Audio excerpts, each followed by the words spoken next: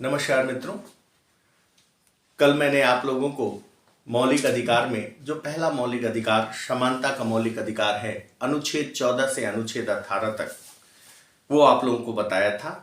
आज मैं आप लोगों को जो दूसरा सबसे महत्वपूर्ण मौलिक अधिकार भारतीय संविधान द्वारा दिया गया हम लोगों को, उसकी चर्चा मैं करूंगा, जिसे हम स्वतंत्रता का अधिकार कहते हैं। यहां लिखा भी है मैंने, स्वतंत्रता का अधिकार, यह भी मौलिक अधिकार में आता है।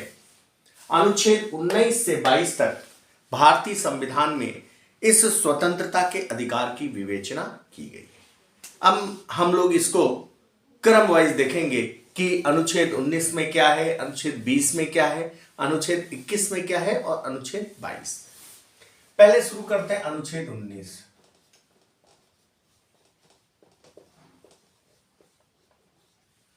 देखिए, कहा जाता है कि किसी भी लोकतांत्रिक देश में, लोकतांत्रिक शासन व्यवस्था में विचार अभिव्यक्ति की या प्रेस की स्वतंत्रता बड़ा महत्वपूर्ण स्थान रखता है। बिना उसके हम डेमोक्रेसी की चर्चा नहीं कर सकते।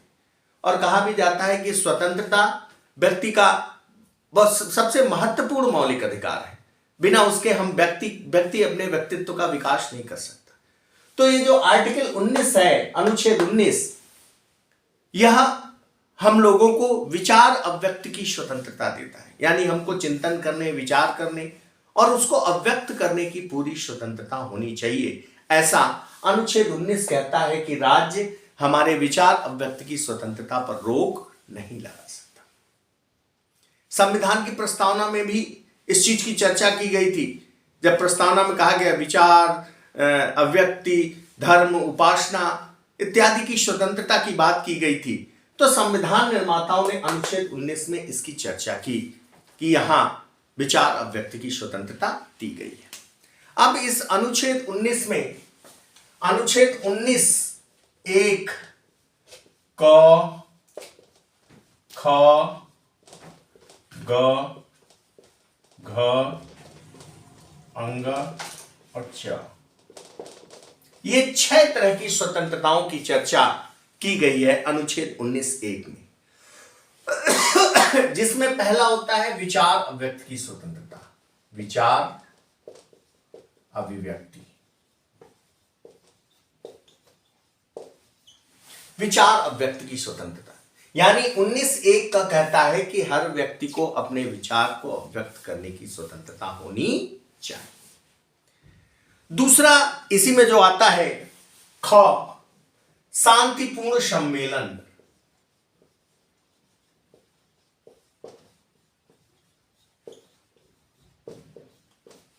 यानी अनुच्छेद 19(1) कहता है कि हमें शांतिपूर्ण सम्मेलन करने की पूरी स्वतंत्रता, यानी बिना शस्त्र के शांतिपूर्ण तरीके से, संवैधानिक तरीके से हमें धरना प्रदर्शन करने, हमें सम्मेलन करने, हमें अपने विरोध करने की पूरी स्वतंत्रता मिली हुई है। अनुच्छेद 19(1) ख। ग क्या कहता है? संघ बनाने की स्वतंत्रता। संघ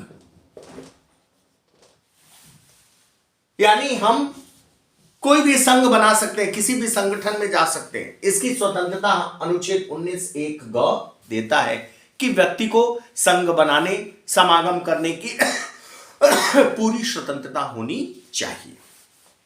घ, सर्वत्र भ्रमण की स्वतंत्रता।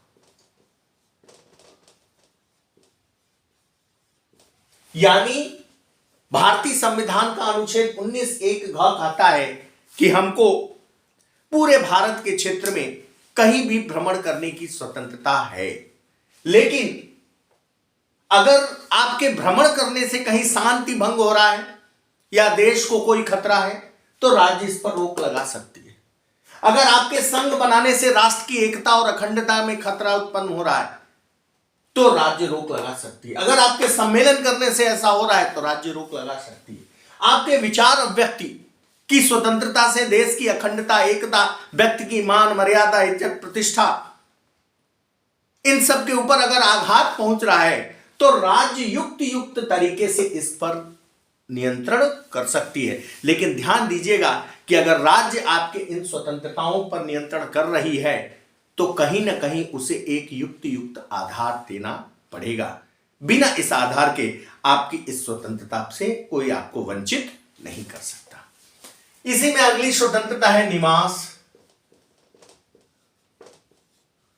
यह भी वही है कि आपको पूरे भारत में कहीं भी निवास करने की स्वतंत्रता है, लेकिन अगर लगता है सरकार को कि आपके इस स्वतंत्रता से देश की एकता, अखंडता या देश की शांति व्यवस्था भंग हो रही है या किसी पर्टिकुलर वर्ग की व्यवस्था भंग हो रही है, तो राज्य इस पर नियंत्रण लगा सकता है। इसके अलावा जो अंतिम, इसी में अनुच्छेद 19 में अंतिम स्वतंत्रता की बात की गई, यह कहा गया आजीविका प्राप्त करने यानी व्यवसाय करने की स्वतंत्रता। आजीविका प्राप्त करने या कह सकते हैं व्यवसाय करने की स्वतंत्रता, यानी हमको अधिकार है कि हम पूरे भारत में कहीं भी जाकर आजीविका प्राप्त करने के लिए व्यापार व्यवसाय कर सकते हैं। यहां एक तथ्य देखने के लिए है कि जब संविधान लागू हुआ तो इसमें 7 थे।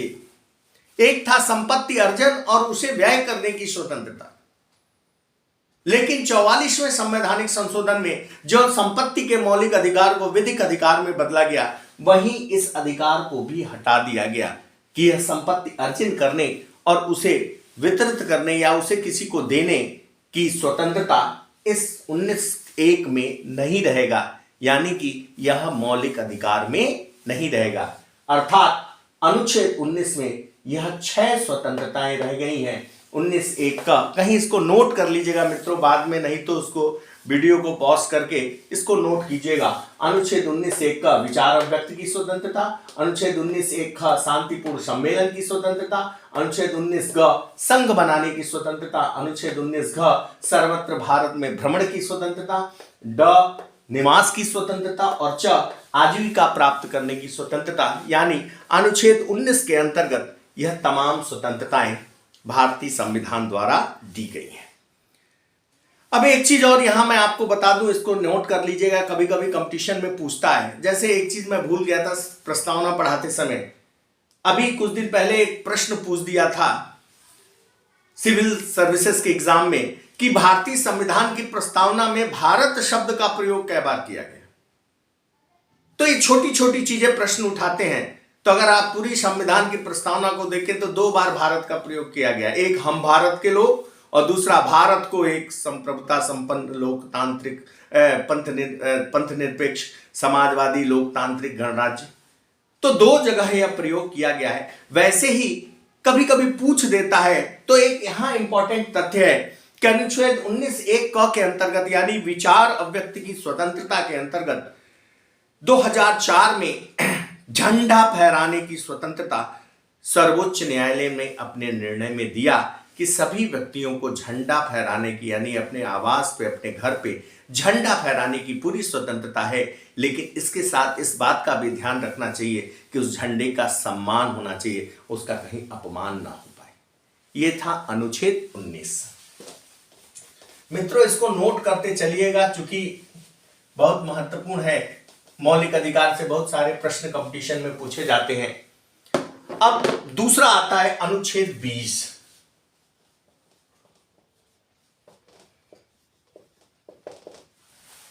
अपराध के दोष सिद्धि के संबंध में संरक्षण। अपराध के दोष सिद्धि के संबंध में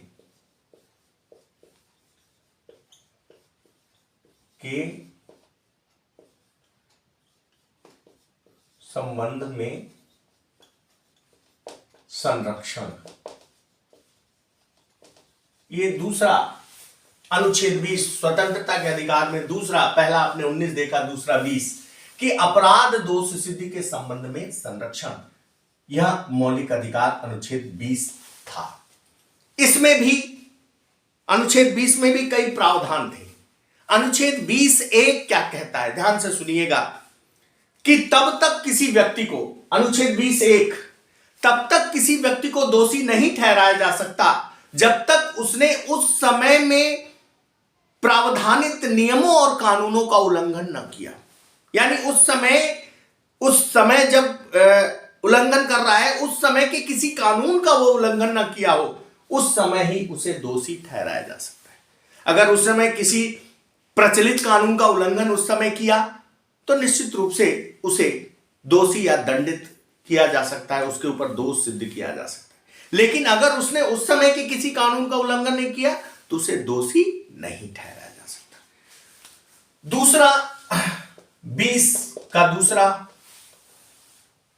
कहता है कि किसी भी व्यक्ति को निर्धारित नियमों कानूनों यानी निर्धारित विधि के अनुसार ही दंडित किया जाएगा।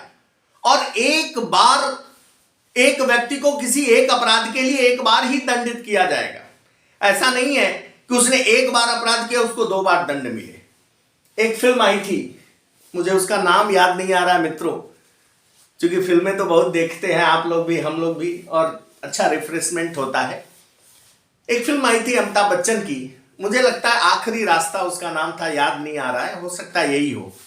उसमें अमिताभ बच्चन अपने जवानी के समय एक मर्डर केस में फंस जाता है, एक ऐसे व्यक्ति के मर्डर केस में कि जो मरा ही नहीं है और उसको आजीवन कारावास हो जाता है और वह व्यक्ति जिंदा रहता है। फिर बाद में वो जब जेल से छूट के आता है अपना सजा काट के, तो उस व्यक्ति को वह मारता है। यानी ऐसे व्यक्ति को मारता है जिस व्यक्ति को वह कानूनन रूप से पहले मार चुका है। अब उसे कानून दोबारा दंडित नहीं कर सकता। क्यों?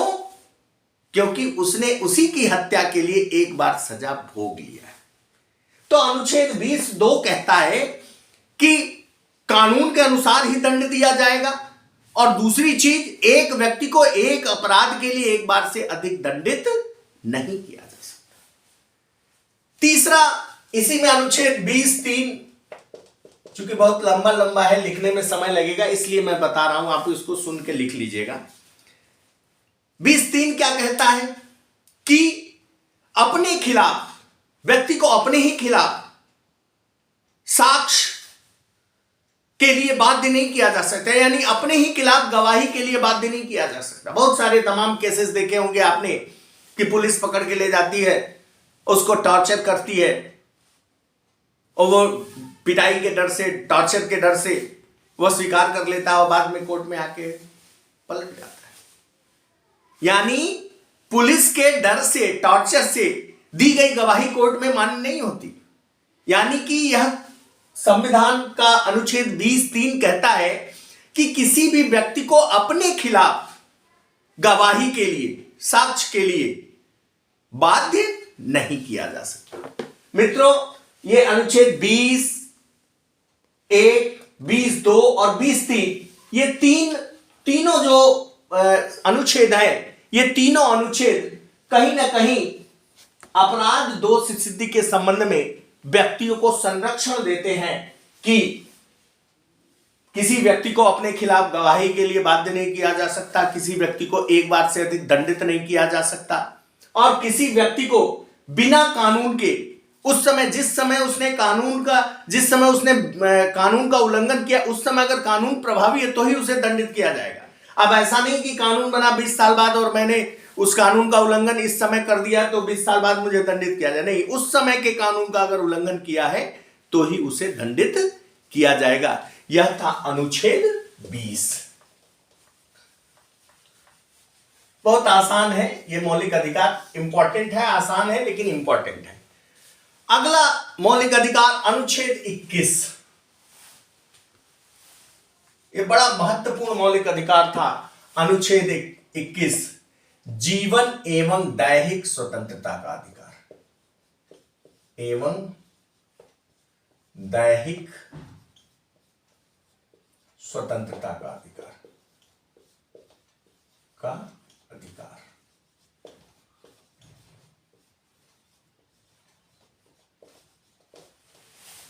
अब देखिए, एक चीज मैं यही बता दूंगा, जीवन या प्राण एवं दैहिक स्वतंत्रता का अधिकार, कि इस अधिकार से आपातकाल में भी कोई हमें वंचित नहीं कर सकता। इस स्वतंत्रता के अधिकार का अर्थ क्या है कि हमारे जीवन, प्राण यानी हमारे प्राण को कोई ले नहीं सकता, एवं हमारे शरीर से संबंधित इसी में एक आर्टिकल आता है निजता का अधिकार, जो राइट टू प्राइवेसी है, यह भी हमारी दैहिक स्वतंत्रता से संबंधित है। इसका उल्लंघन कोई नहीं कर सकता। तमाम मामले आपने देखे होंगे, तमाम मामले आए। मेनका गांधी का प्रकरण तो बहुत प्रसिद्ध प्रकरण है कि आप हमारे शरीर से संबंधित किसी भी स्वतंत्रता का उल्लंघन नहीं कर सकते, चाहे राज्य या कोई भी संस्था क्यों ना हो। इसीलिए निजता का अधिकार इसी अनुच्छेद 21 में दिया गया है।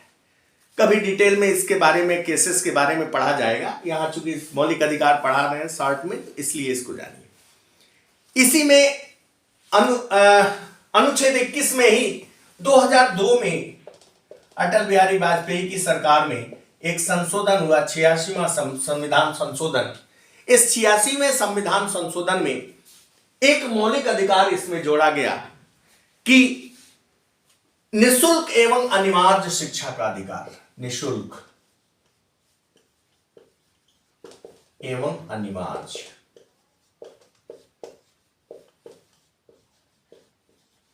शिक्षा, यह 86वें संवैधानिक संशोधन में 2002 में माननीय स्वर्गीय अटल बिहारी वाजपेयी जी की सरकार में यह अनुच्छेद 21 में जोड़ा गया कि 6 से 14 वर्ष की आयु के बच्चों को निःशुल्क एवं अनिवार्य शिक्षा प्राप्त करने का मौलिक अधिकार है। यह राज्य का कर्तव्य है कि राज्य उसे यह मौलिक शिक्षा उपलब्ध कराए। अब देखिए, एक बात और ध्यान दीजिएगा कि संविधान अपनी जगह है।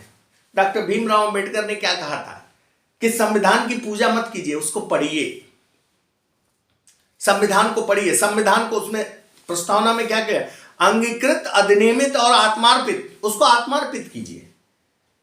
लेकिन अब इन सारे नियमों कानूनों का कौन कितना पालन कर रहा है और कौन कितना नहीं कर रहा है, कौन से सरकारें इसका दुरुपयोग कर रही है, कौन नहीं कर रही है, ये उनके ऊपर निर्भर करता है। लेकिन फिलहाल संविधान ये कहता है कि अनुच्छेद 19 में स्वतंत्रताएं मिलनी चाहिए, अनुच्छेद 20 में दोष सिद्धि के संबंध में मिलना चाहिए हमें संरक्षण, और अनुच्छेद 21 में हमें जीवन एवं दैहिक यानी प्राण और दैहिक स्वतंत्रता प्राप्त होनी चाहिए। उसी अनुच्छेद 21 में 2002 में यह संशोधन आया।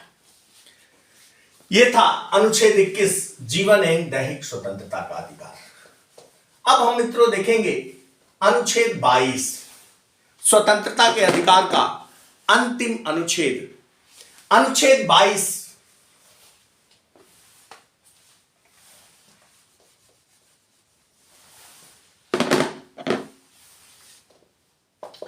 गिरफ्तारी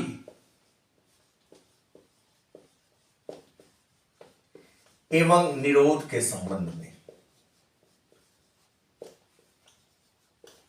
गिरफ्तारी एवं निरोध के संबंध में, निरोध से संरक्षण।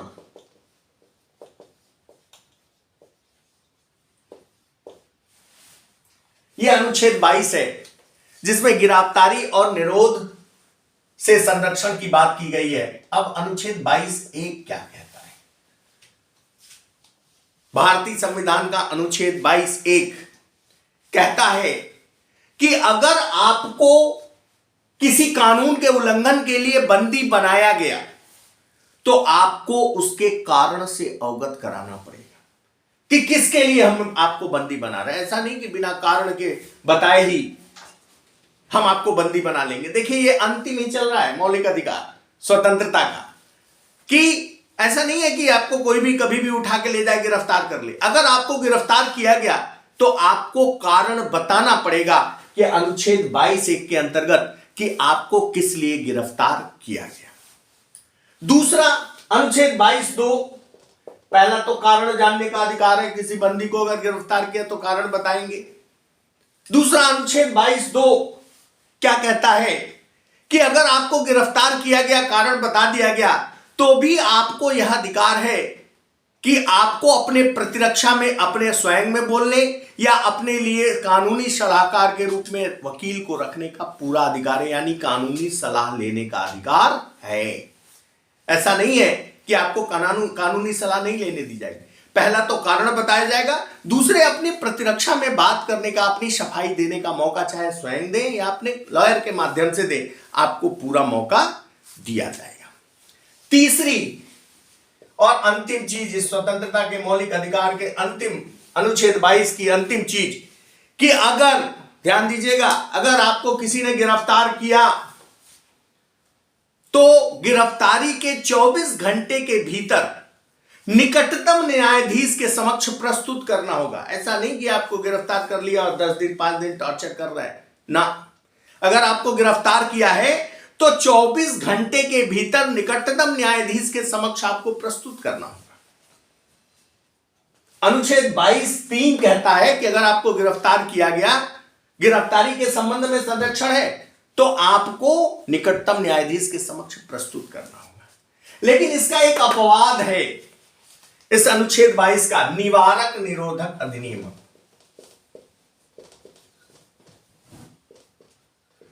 निरोधक अधिनियम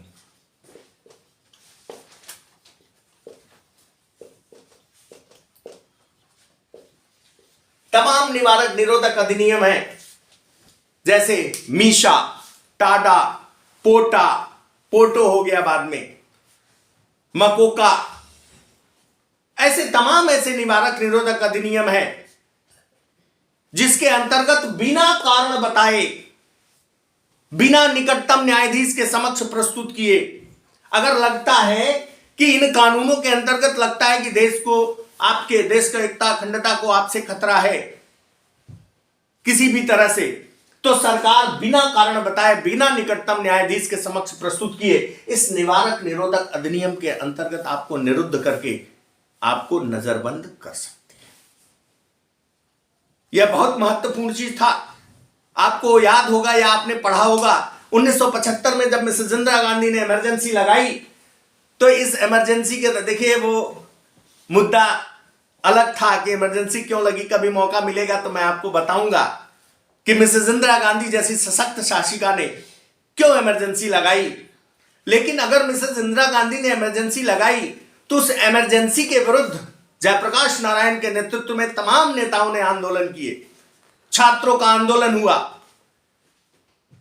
दुष्यंत इत्यादि तमाम लेखक इसमें शामिल हुए, भारत के सभी लोग, कि कुर्सी छोड़ो जनता आ रही है, लोकतंत्र बचाओ आंदोलन।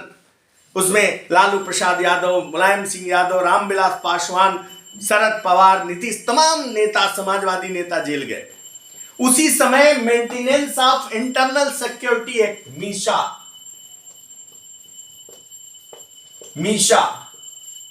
Maintenance of internal security act, MISA के अंतर्गत तमाम इन नेताओं को नजरबंद कर दिया गया। इन नेताओं को नजरबंद करके जेल में डाला गया। उसी समय लालू प्रसाद यादव की पुत्री मीसा पैदा हुई, उसका नाम ही मीसा भारती रख दिया। तो इस निवारक निरोधक अधिनियम के अंतर्गत आपको इस कानून का यह अपवाद है, अनुच्छेद 22 का, इस स्वतंत्रता के मौलिक अधिकार का, कि इसके अंतर्गत आपको निरुद्ध किया जा सकता है। देश की एकता अखंडता, देश की रक्षा के लिए, शांति एवं सुव्यवस्था स्थापित करने के लिए ऐसे कानूनों के माध्यम से, मीसा, टाडा, पोटा इत्यादि तमाम ऐसे कानून हैं जिनके माध्यम से आपको निरुद्ध किया जा सकता है। मित्रों, ये था स्वतंत्रता का मौलिक अधिकार। पहला समानता हो गया, दूसरा स्वतंत्रता, तीसरा शोषण के विरुद्ध मौलिक अधिकार 23-24, 25 से 28 तक धार्मिक स्वतंत्रता का अधिकार, 29-30 अल्पसंख्यक संबंधी अधिकार और 32 आपको संवैधानिक उपचारों का अधिकार। ये अभी बताना है, तो मैं कल प्रयास करूंगा कि कल मैं आप लोगों को शोषण के विरुद्ध अधिकार और धार्मिक स्वतंत्रता के अधिकार के मौलिक अधिकार की विवेचना आपके समक्ष प्रस्तुत कर सकूं। मित्रों, मैं अलविदा लेने से पहले आज के लिए आपसे एक रिक्वेस्ट करूंगा कि इस चैनल को सब्सक्राइब कीजिए, इस वीडियो को लाइक और शेयर कीजिए, ताकि उन सभी विद्यार्थियों तक पहुंच सके जो किसी भी कंपटीशन की तैयारी कर रहे हैं। और मित्रों, मानिए आप कि भारतीय संविधान एक ऐसा टॉपिक है जिसके संबंध में बताना नहीं है। कोई भी कंपटीशन हो, छोटा से छोटा, बड़ा से बड़ा कंपटीशन हो, हर कंपटीशन में भारतीय संविधान से प्रश्न पूछे जाते हैं। और कम से कम संविधान, मौलिक अधिकार, नीति निर्देशक तत्व, राष्ट्रपति, प्रधानमंत्री, लोकसभा, राज्यसभा, ये महत्वपूर्ण पोर्शन है, केंद्र राज्य संबंध इत्यादि, सर्वोच्च न्यायालय, जिससे जरूर प्रश्न उठाए जाते हैं। इसीलिए मैं आपके प्रतियोगी परीक्षाओं को ध्यान में रखकर यह वीडियो बना रहा हूं, तो इसको जरूर सब्सक्राइब कीजिएगा। बहुत बहुत धन्यवाद मित्रों। नमस्कार।